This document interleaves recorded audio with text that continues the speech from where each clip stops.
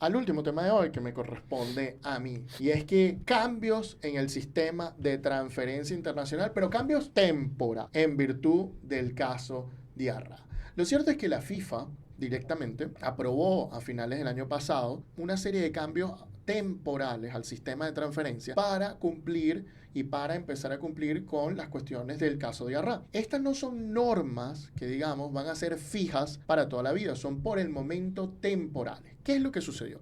El caso de Diarra creó una gran confusión, expectativa. Hay algunos que están diciendo que se acaba el fútbol mundial como lo conocemos. Hay otros que dicen, no, mira, son cambios pequeños. La verdad está en algo en el medio. Teniendo en cuenta eso, FIFA sabe que tiene que corregir ciertos artículos de su reglamento sobre estatuto de transferencia de jugadores para lo más pronto posible. Llamó una consulta, pero lo cierto es que no va a poder hacerlo y va a poder tener a todas las personas felices durante este tiempo, ¿no? Entonces, ¿qué es lo que hizo FIFA? FIFA dijo, bueno, mientras estamos analizando los cambios que tenemos que implementar para que sean cambios fuertes, que duren, como ya habían durado estos artículos antes, lo que queremos hacer es, vamos a hacer algo temporal, consultando con nuestros socios clave, como algunos clubes claves, algunos futbolistas clave, FIFPro, World League Forum, etcétera, etcétera, el sindicato de ligas mundial, el sindicato de jugadores mundial. Vamos a consultar con ellos y vamos a hacer unos cambios temporales porque viene el periodo de transferencias de enero, que para algunos países es de enero a febrero y para otros países es de enero a marzo, porque depende si es la gran ventana de transferencia o la pequeña ventana de transferencia.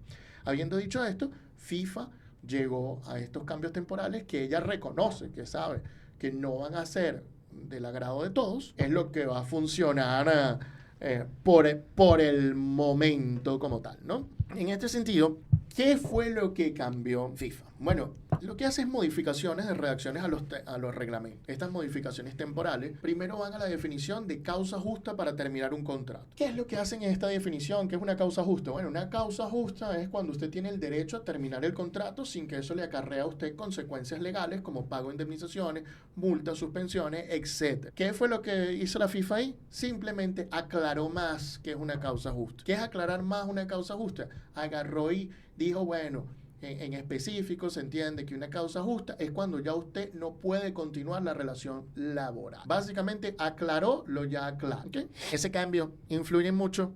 Yo no veo que influya en nada. El segundo tema que es importante aclarar es el tema del daño. Entonces, bueno, cuando ocurre una ruptura en virtud de una acción ilegal de alguna de las dos partes, sea club o sea jugador, hay que pagar unos daños. Esos daños se calculaban de una manera que el caso de Arra dijo, mira, no me gusta cómo los calculan. Entonces busquen una mejor forma de calcularlo. Entonces la FIFA se apegó a lo que se llama el interés positivo.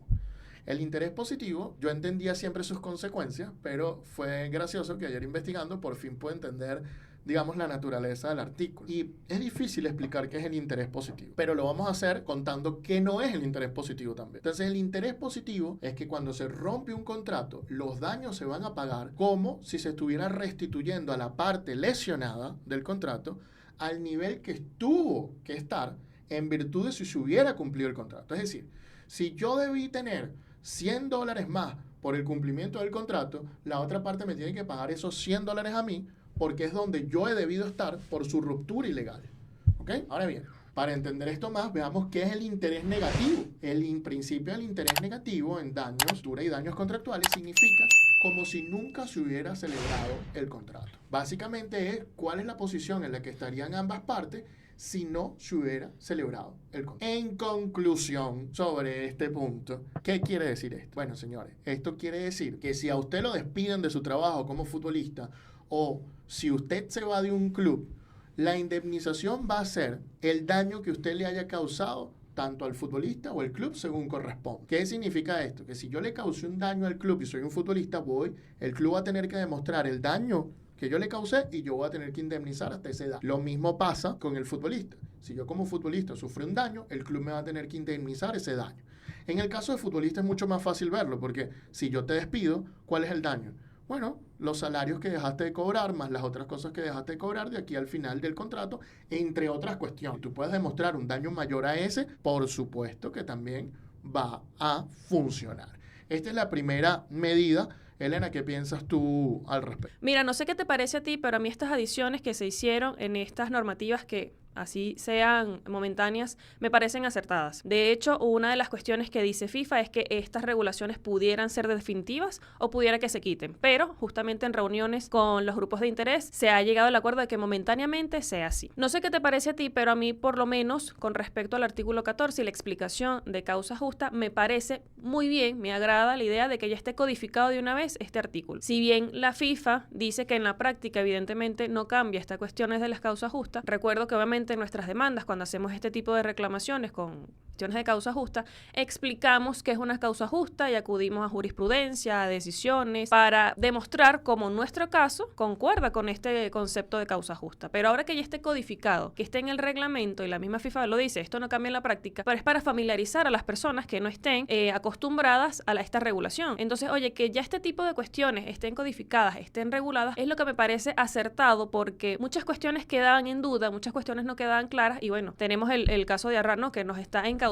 justamente a que estos reglamentos sean cada vez más específicos y sean de mejor aplicación. A mí me quedó la curiosidad de el caso supuesto de que la parte afectada sea el club. ¿Cómo compensa entonces el jugador al cuadro? En ese sentido, ¿tendría que devolver el dinero que se le fue pagado en su instancia en esa institución? ¿O simplemente queda como sin efecto el contrato y en el momento en el que se desvincula ya el club no tiene por qué pagarle el salario al jugador? En ese caso me parece que saldría muy bien parado el jugador y creo que se prestaría para que cualquier jugador pueda ir a otro club así como así. Creo que debería haber una responsabilidad más fuerte. ¿Cuál es en ese caso en el que el jugador sea el que quiera dejar sin efecto un contrato? ¿Cómo le devuelve o cómo recompensa al cuadro, a la institución en este caso, Antonio? Si el jugador es el que se quiere ir, la única forma de que se pueda ir el jugador es que se acuerde en mutuo acuerdo la salida, que haya una cláusula de rescisión pactada, la cual todavía es válida. La sentencia del caso de Arra no se metió con las cláusulas de rescisión pactadas, o básicamente que el jugador tenga un motivo que sea una causa justa para terminar el contrato y no tener que pagar. Esas son sus tres vías, no hay más vías. Si el jugador no tiene una causa justa, el club no lo quiere dejar ir y no hay una cláusula de rescisión, el jugador no se puede y punto. Tiene que cumplir el contrato. Si el jugador se va a pesar de todo eso, ¿cómo va a indemnizar al club? Dificilísimo. No hay ni ha habido una forma estándar de calcular los daños. Tenemos el caso del Heart of Midlothian, que es el caso Webster, donde el jugador solo tuvo que pagar salarios, pero tenemos otros casos como Matusalén, que estableció una fórmula distinta, el caso de Sanctis estableció una forma distinta. Siempre hay una forma distinta. Hay unos que han hablado del valor de mercado, hay unos que han hablado de las inversiones que se han hecho el jugador, los pagos a gente, y hay que indemnizar todo eso, amortizado durante el contrato del jugador, más los ahorros que el jugador ha producido. Hay muchísimas fórmulas y de ahí viene el problema. Por eso el caso de Arra, porque no se puede saber esta ruptura. Actualmente tampoco se puede saber y le depende al abogado del club que tenga que armar un caso y justificar, mira, yo perdí aquí, perdí aquí, perdí aquí y esto sale X cantidad de dinero. Y va a depender de las consecuencias, circunstancias en específica de ese caso poder hacerlo. Pero en este momento, pura creatividad del abogado demandante y pura creatividad del abogado defensor para ir rebajando esos daños a pagar. Pero no hay otra forma. Sin embargo, siguen habiendo presiones para que los jugadores no se vayan con facilidad y este es el segundo cambio importante que hace la FIFA, que tiene que ver directamente con que antes, si un jugador rompía el contrato y se iba a otro club, se presumía automáticamente que el otro club lo había inducido a romper el contrato. Cuestión que el caso de Arra encontró ilógica, que tenían que haber pruebas. Entonces cambió la mecánica. Y esta nueva mecánica me agrada. Me agrada la solución temporal que le dieron. Me agrada y me gustaría que fuera más estricta en el futuro, porque me parece muy interesante, ¿no? Existe lo que se llama el periodo protegido. El periodo protegido es un lapso de 2 o 3 años, según sea la edad del jugador. De menos de 28 años es de 3 años, de más de 28 años es de 2 años, donde si se rompe el contrato, te tocan sanciones disciplinarias, tanto al jugador que rompe el contrato como al club que adquiere al jugador que rompió el contrato de forma ilegal, es decir, sin causa justa. Teniendo en cuenta esto, antes se establecía que si tenías al jugador, tú también estabas sancionado. ¿Cómo te sancionaban? 2 o 3 periodos sin fichaje. Básicamente esa era la sanción estándar y el jugador de 4 a 6 meses suspendido como tal. Ahora bien, ¿qué cambió aquí? Cambió que para imponer esta sanción hay que demostrar, principalmente del club que adquiere al jugador, que ese club indujo al jugador a romper el contrato. Ahora bien, demostrar que un club indujo a un jugador a romper el contrato es dificilísimo. Es una prueba casi diabólica, imposible de cumplir porque tú tendrías que tener las conversaciones entre el club y el jugador de manera tal que puedas probar que sí, que el jugador fue el que pinchó al jugador. Vente conmigo. Por ejemplo, yo siempre he pensado que hay algunos clubes que hacen esto a través de los medios, a través de los medios de comunicación. Empiezan sin haber contactado al jugador, empiezan, como tienen una marca muy fuerte, empiezan a decir, no, que el equipo quiere al jugador, no, que el equipo le manda mensaje al jugador, no, que el equipo ya le compró el carro al jugador y cosas así, siendo que esto no está bien y no lo hacen ellos directamente, lo hacían a través de los medios de comunicación para ellos poder decir, yo no estoy diciendo nada, eso lo está diciendo el periodista. Y así usaban un poco a los periodistas, ¿no? Pero hoy día todo esto va a ser considerado como prueba para pensar de que esos clubes están induciendo a dejar el contrato con el jugador. ¿Dónde viene lo más interesante que propuso la FIFA? En que ahora la FIFA propone un deber de colaborar. ¿Y qué significa ese deber de colaborar? Ese deber de colaborar significa que si hubo una ruptura contractual y tú sacaste un jugador de esa ruptura contractual y yo FIFA te llamo y te diga, me entregas todas las conversaciones entre tú y el jugador, me entregas todos los papeles tal y cual y en cuándo fueron firmados y yo llego a descubrir algo allí que demuestre de que tú estabas presionando al jugador para que terminara el contrato, tú vas sancionado. Ay, ¿qué pasa si no colaboras y quieres esconder esto? Colabora, usted va sancionado también. Porque significa que está escondiendo algo. Me gusta, pero tiene sus debilidades. Tiene sus debilidades para ser evadida la norma. Pero ok, empieza a ser una interesante solución. ¿Qué piensas tú, Elena, de esta solución? Mira, también estas regulaciones me agradan porque lo más complicado de este tipo de casos sin duda es probarlo. Y me parece que estas adiciones sobre la carga de la prueba son correctas. Probablemente no nos gusten ahorita, momentáneamente, pero yo creo que van encaminadas a lo que se quiere lograr, que es justamente que haya una claridad, que haya transparencia, que efectivamente en este caso un club indujo a un jugador a romper el contrato, tiene que ser sancionado tanto el jugador como el club. Así que una cosa es también lo que establezca la regulación momentánea y otra cosa también es que se hará en la práctica con este tipo de cargo de pruebas, porque está muy interesante que ahora también esté incluido el principio de colaboración y que si no colaboras, bueno, el tribunal va a tener la libre interpretación de tomar tu no colaboración, ¿no? Obviamente, por lo general es en contrario, porque como digo, una de las cuestiones más difíciles es probar. Y si la prueba la tiene tu contraparte, oye, tú vas a indicar, mira, esta prueba la tiene el otro club, FIFA va a tener toda la autoridad y todo el derecho de solicitar esa prueba. Si no la tiene, se rehúsa, no quiere colaborar, bueno, habrá consecuencias justamente para este tipo de no colaboraciones por parte de los clubes. Me agrada cómo va esta regulación.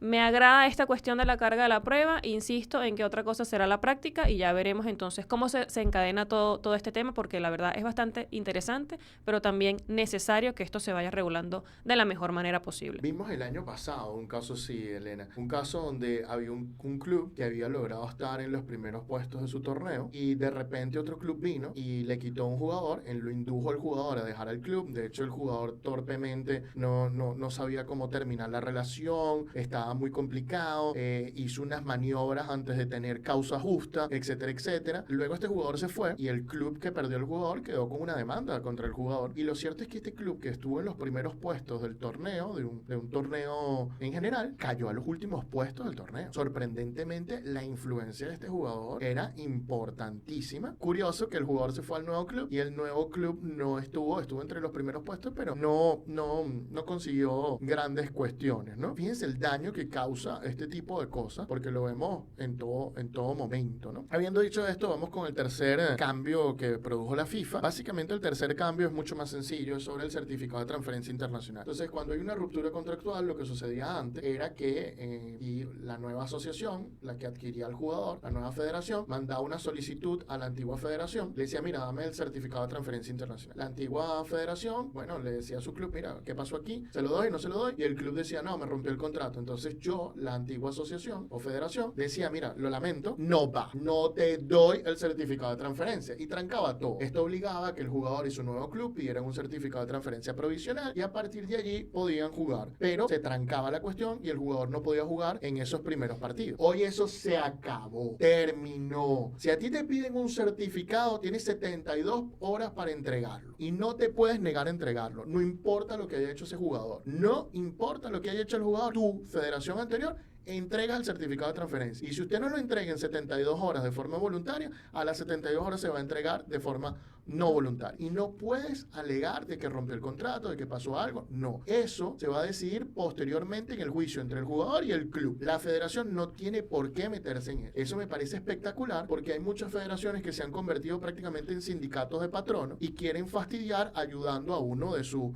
clubes asociados y a uno de sus jugadores asociados. Entonces hay una pequeña discriminación porque quien pone en el poder a los directivos de las federaciones son los clubes y entonces eso tiende a que favorezcan a los clubes y no a los jugadores. Entonces ahora en estos casos, mira, siempre se otorga y después se verá si el jugador debe ser sancionado o no. Me parece genial. Elena, ¿a ti? También acertadísimo esto, independientemente de lo que pasa entre el club y el jugador, oye, la federación tiene que hacer su trabajo independientemente de lo que pase entre estas personas. No tiene por qué inmiscuirse y obviamente hay órganos específicos que van a resolver esta controversia. Así que, oye, esta edición de verdad también la aplaudo. Reiteramos que pudieran que estas nuevas disposiciones queden definitivas o no. Igual la FIFA sigue en discusiones con los grupos de intereses para, obviamente, solventar esta situación y que las normas queden claras, ¿no? Que eso es lo importante. Sí, y ya para la última comentario, los últimos dos cambios que es importante mencionar. El primero de los dos cambios tiene que ver con que todos estos cambios que acabamos de mencionar van a ser aplicados desde este mismo momento a todos los casos que están en el Tribunal del Fútbol, a todos los casos que no se han resuelto y a los casos que se van a resolver en un futuro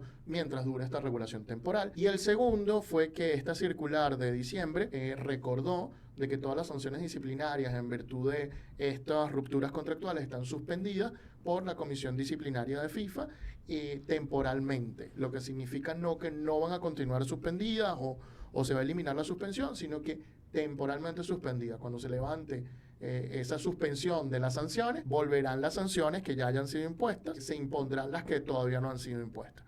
Básicamente esa es la situación. Y habiéndoles dicho esto, la pregunta es para ustedes. ¿Qué le parecen estos cambios de la FIFA? ¿Qué les parece que ahora se tenga que calcular el daño de acuerdo a lo demostrado? ¿Qué les parece la aclaración de la causa justa? ¿Qué les parece que ahora no se sanciona automáticamente el club que adquiere al jugador? ¿Y qué les parece que ahora las federaciones directamente tengan que entregar el certificado de transferencia sí o sí? Situaciones que hemos vivido en el escritorio con nuestros clientes y les preguntamos así que déjennos sus opiniones en la caja de comentarios.